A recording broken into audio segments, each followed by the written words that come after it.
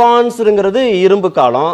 5300 ஆண்டுகளுக்கு முன்பே இங்க வாழ்ந்த தமிழர்கள், அதுவும் குறிப்பா அரசர்கள் மட்டுமல்ல, சாமானிய மனிதர்கள் செல்வ செழிப்போடு தங்கத்தை விட 6 மடங்கு விலை உயர்ந்த இரும்ப உலோகங்களாக பயன்படுத்தக்கூடிய அளவுக்கு வளமை பெற்றவர்களாக இருக்கிறார்கள் அப்படிங்கிறது இப்ப கிடைச்ச ஆய்வு முடிவு. இல்ல இதை விட ஒரு ஆய்வு முடிவு 8000 ஆண்டுகளுக்கு முன்பு 6000 ஆண்டுகளுக்கு முன்பு வட மாநிலங்கள்லயோ தென் மாநிலங்கள்லயோ வேற எங்காவது கிடைச்சா அதை ஏத்துக்க போறோம். இல்ல ஒரு நிமிஷம். இப்போ ஒரு ஆர்குமெண்ட்டுக்கு சொல்றேன். அதாவது ராமாயணத்திலையும் மகாபாரதத்திலையும் ஐஎஸ் என்ற வார்த்தை பயன்படுத்தப்பட்டிருக்கிறது. அதற்கு இரு பொருள்கள், ஒன்று காப்பருக்கும் அப்படி ரெஃபர் பண்ணியிருக்காங்க, அயனுக்கும் ரெஃபர் பண்ணியிருக்காங்கன்னு பல எக்ஸ்பர்ட்ஸ் கருத்து சொல்லியிருக்காங்க. அப்படின்னா நீங்க ராமாயணம் என்ன எத்தனை ஆயிரம் ஆண்டுகளுக்கு முன்பு, மகாபாரதம் எப்ப நடந்தது, அதுக்கு டேட், இவை எல்லாம் கற்பனையா இல்ல உண்மையாகவே நடந்தனவா, அது ஒரு தனி டிபேட். பட் யார் அதை எழுதினாங்களோ அதுல அவங்க இந்த உலோகங்களை பற்றி குறிப்பிட்டிருக்கிறார்கள். வேத காலம் நாகரிகத்தின் தொடக்க காலம்ங்கிற புள்ளிக்கு வந்திருக்கீங்க, கரெக்டா? இல்ல, நான் வரல. எனக்கு நான் சொல்றது நமக்கு தெரியாத விஷயங்கள் நிறைய இருக்கிறது. இங்கு தமிழ்நாட்டில் இந்த நிலப்பகுதியில் ஒரு மிக இந்த மாதிரி ஆளுங்கெல்லாம் எதுக்கு கூப்பிட்டு வச்சு டிபேட்டில் இது பண்ணுறாங்கன்னு தெரியல. இப்போ பார்த்தாலும் அதாவது இவங்களுக்கெல்லாம் தமிழ்ங்கிற ஒரு ஃபீலிங்கே இல்லை இவங்கள. ஏன்னா பை டிஃபால்ட்டாக அவங்களுக்கு அது பெருமையாக இருந்திருக்கணும்ல. அவங்களுக்கே அது சந்தோஷம் தரலை அப்படின்னா அவங்க தன்னை தமிழாக அவங்க கருதலை அப்படிங்கிறது தானே அது தெரிய வருது. ஆனால் இது டிஸ்கிரிமினேட் பண்ணுறாங்கன்னு தக்கன்னு குதிக்க வேண்டியது. ஏதாச்சும் இதில் அதாவது டிஸ்கிரிமினேட் பண்ணுறாங்கன்னா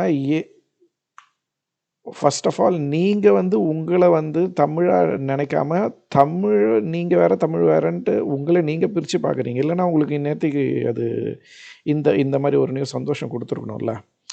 அப்படி நீங்கள் முதல்ல பிரித்து பார்த்துட்டு அப்புறம் மற்றவங்க உங்களை இதுவாக பார்க்குறாங்க அப்படிங்கிறது என்ன லாஜிக்குன்னு தெரில எனக்கு. ஏன்னா இவங்க எங்கே வராங்க பாருங்கள் கடைசியில் வேதிக். அதுவும் ஒரு சொல்கிற இது ராமாயணம் மகாபாரதம் ஒரு மித்தாலஜி. நம்ம பேசுகிறது இங்கே சயின்ஸ் பேசிகிட்டு இருக்கும்போது ராமாயணம் மகாபாரதத்தில் ஐஎஸ் அப்படின்ட்டு ஏதோ இருக்காமா. சரி, அதுக்கே கூட நான் வரேனே. ராமாயணம் ஒரு கூகுள் சர்ச் ஒன்று போடுவோம். நான் ஒரு வீடியோ இன்னொரு சேனலில் போட்டிருந்தேன். அது ரொம்ப வருஷம் முன்னாடி. இதை பாருங்கள், 7th century BC அப்படின்னு போட்டிருக்காங்க விக்கிபீடியா ஆர்டிக்கலில். 7th century BCன்னா என்ன? 700 BC அதானே வருது. 7th century அப்படின்னா இல்லை 600 BC அந்த டைமில் வருது.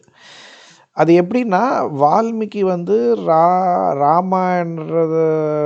ராமரோட கண்டெம்பரரிங்கிற மாதிரி எங்கேயோ நான் படித்தேன். அப்படி பார்த்தா அவர் வால்மீகி அந்த டைம் பீரியடில் தான் இருந்தார். அப்போ ராமரும் maximum 7th century to 5th century அப்படிங்கிற மாதிரி தான் போட்டிருக்காங்க இதில், பார்த்தீங்களா? அதுக்கப்புறமா மகாபாரதம் ராமாயணத்துக்கு அப்புறமா தானே வந்ததுன்னு நினைக்கிறேன். அதுக்கு முன்னாடி வரலல்ல ராமாயணத்துக்கு அப்புறம். இது என்ன time period? 3rd to 4th century BC. ஏன்னா மகாபாரதத்தில் ராமர் குறிப்பிட்ட மாதிரிலாம் ஏதோ இருக்காமா. இது எங்கே இருக்குது? 3300 BC எங்கே இருக்குது? லூஸாக இருந்தால் அப்படி இருந்தும் இதே மாதிரி இந்த மாதிரி ஆளுங்கள்லாம் பேசிகிட்டு இருக்கும்போது திரும்ப இந்த நியூஸ் சேனல்ஸில் எதுக்கு இந்த மாதிரி ஆளுங்களை கூப்பிட்டு வச்சு இதே இது நார்த் இந்தியாவில் ஏதாவது ஒரு சிவிலைசேஷன் வேதிக் இது 5300 எடுத்து வச்சுன்னா இவங்கெல்லாம் என்ன பேசியிருப்பாங்க?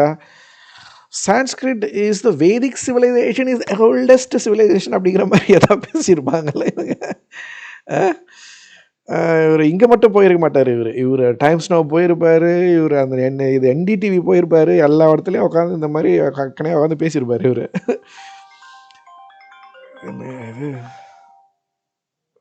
ஃபோனு அதான் இந்த மாதிரி ஆளுங்கள்லாம் இதுக்கு மேலே கூப்பிடாதீங்க. First of all